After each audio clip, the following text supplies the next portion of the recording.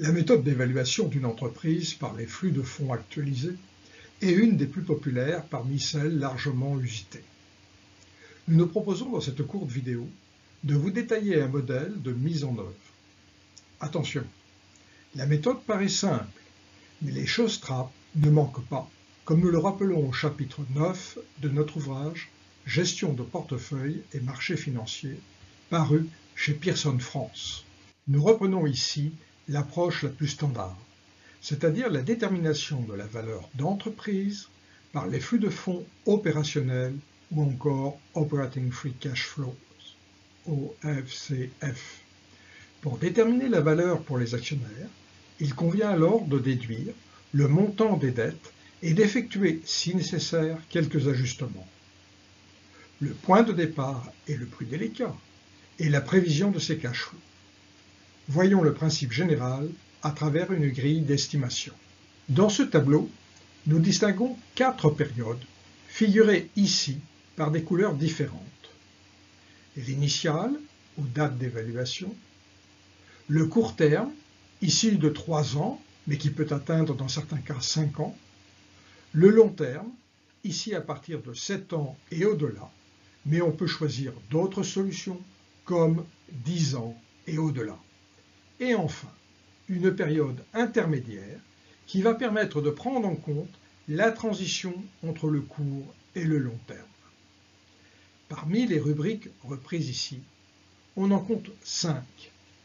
Les activités, vente, les capitaux, besoins en fonds de roulement et immobilisation, la rentabilité, EBIT et impôts, les flux, et enfin la valorisation. Pour les distinguer, nous usons de couleurs plus ou moins soutenues. La première étape consiste à entrer les données de base. Il y a d'abord les données initiales qui viennent principalement de la comptabilité. Éléments du besoin en fonds de roulement actuel, immobilisation corporelle ou incorporelle présente, pertes reportables. Ou de l'environnement économique proche, taux d'imposition et coût du capital encore désigné par l'acronyme WACC. Il y a ensuite les prévisions de court terme, vente et EBIT. Elle peut provenir soit d'analystes, soit du business plan, ou être propre à l'évaluateur. Enfin, il y a 3 paramètres de long terme. À ce stade, l'entreprise est supposée à maturité. Son ROC, Return on Capital, doit être dans la norme du secteur et ne peut s'éloigner grandement du WACC. Le taux de croissance est un taux nominal attendu pour l'économie tout entière.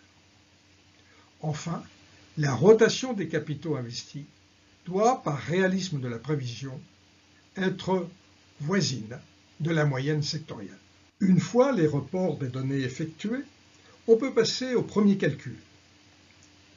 En premier, le taux de croissance pour les 2 premières années des ventes.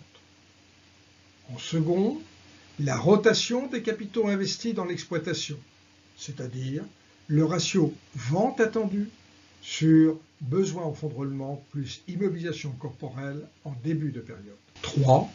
Le total des capitaux investis, soit immobilisation corporelle plus immobilisation incorporelle plus besoin en fonds de roulement. 4. Le ratio de rentabilité, Return on Capital, ROC, avant impôt, soit l'EBIT attendu, en 1 par exemple, 140, par les capitaux investis au départ, en fin de période précédente, soit 950 dans l'exemple, ou encore, après calcul, 14,7%. L'ensemble de ces calculs sont repris sur ce tableau. Nous avons fait figurer également le ROC avant impôt en période 7. Ce dernier peut être déduit de l'objectif retenu de ROC, 10%, en le divisant par 1 moins le taux d'imposition, 35%, soit 15,4%. L'étape suivante consiste à prévoir les ventes de l'année 4 à 7. Au-delà, comme pour tous les autres éléments financiers, elles sont supposées croître au rythme de 2%. La première étape consiste à estimer les taux de croissance. Nous avons retenu ici une hypothèse de convergence linéaire du dernier taux à court terme, soit 6,5%, vers le taux à long terme, soit 2%. Les ventes de l'année 4 à l'année 7 sont ensuite déduites à partir des taux de croissance anticipés. En 4, par exemple, 1214,2 est égal à 1150 multiplié par 1,056. La variable clé pour l'estimation des capitaux est ici le taux de rotation. En effet, il doit y avoir une cohérence entre les projections de vente, les investissements et les variations de besoins en fonds de roulement. Sinon, l'évaluation risque d'être déraisonnable. Nous utilisons ici deux hypothèses. L'ajustement vers la rotation de long terme doit se faire rapidement, à la fin du court terme, soit en période 3. Et nous reportons pour les autres années le taux de long terme. Pour les premières années, nous utilisons une convergence linéaire avec la prévision des ventes et ce ratio prévisionnel, nous pouvons déduire le montant total des besoins en fonds de roulement et immobilisation. Le total des capitaux investis est calculé par simple sommation des immobilisations corporelles, du besoin en fonds de roulement et des immobilisations incorporelles. La dernière ligne de la rubrique sert au calcul des variations annuelles de ces capitaux investis et représente les emplois de fonds engendrés par la croissance. Comme nous connaissons les capitaux en période 1 et en période 2, on peut dès à présent calculer le ROC avant impôt en 2 et en 3, soit 19,4% et 20,5%. Pour la prévision des EBIT, la variable clé est le ROC avant impôt. Nous connaissons sa valeur en fin de court terme, 20,5%, et sa valeur attendue à long terme, 15,4%. Nous supposerons, comme précédemment, une convergence linéaire durant la période de transition. Il est facile de calculer les EBIT par multiplication avec le montant des capitaux en début de période. Par exemple, 195,2 est égal à 19,2% multiplié par 1017,3. Vient ensuite le calcul de l'impôt. La seule difficulté est la prise en compte des reports de perte. L'impôt de 31,5 est égal à 35% de 140 moins 50 de report de perte dans l'exemple présenté. Un point important est que ce calcul ne doit comporter aucun report de perte en période 7. Sinon, le modèle supposerait une augmentation éternelle de ces reports au taux de 2%, ce qui est, à la vérité, totalement absurde. L'avant-dernière étape est le calcul des flux de fonds opérationnels, ou OFCF, en utilisant la définition suivante. Operating Free Cash Flow, OFCF, égale EBIT, moins impôt, moins variation des capitaux investis totaux. Et celui de la valeur terminale au début du long terme ou encore à la fin de la période de transition.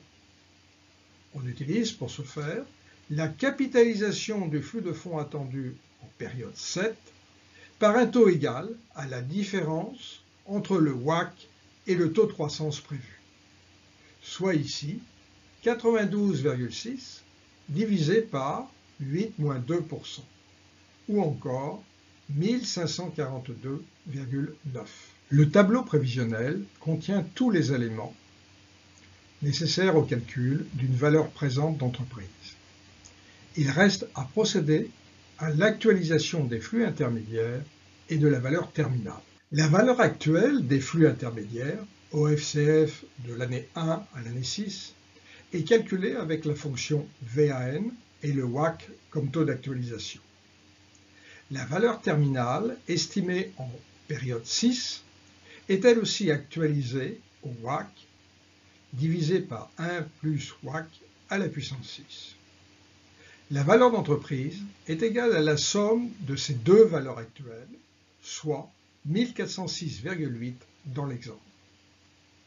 Par ailleurs, il est facile d'estimer le goodwill prévisionnel par différence de cette valeur d'entreprise et le total des capitaux investis. Rappelons que la valeur d'entreprise n'est pas la valeur pour les seuls actionnaires, mais celle pour l'ensemble des bailleurs de fonds.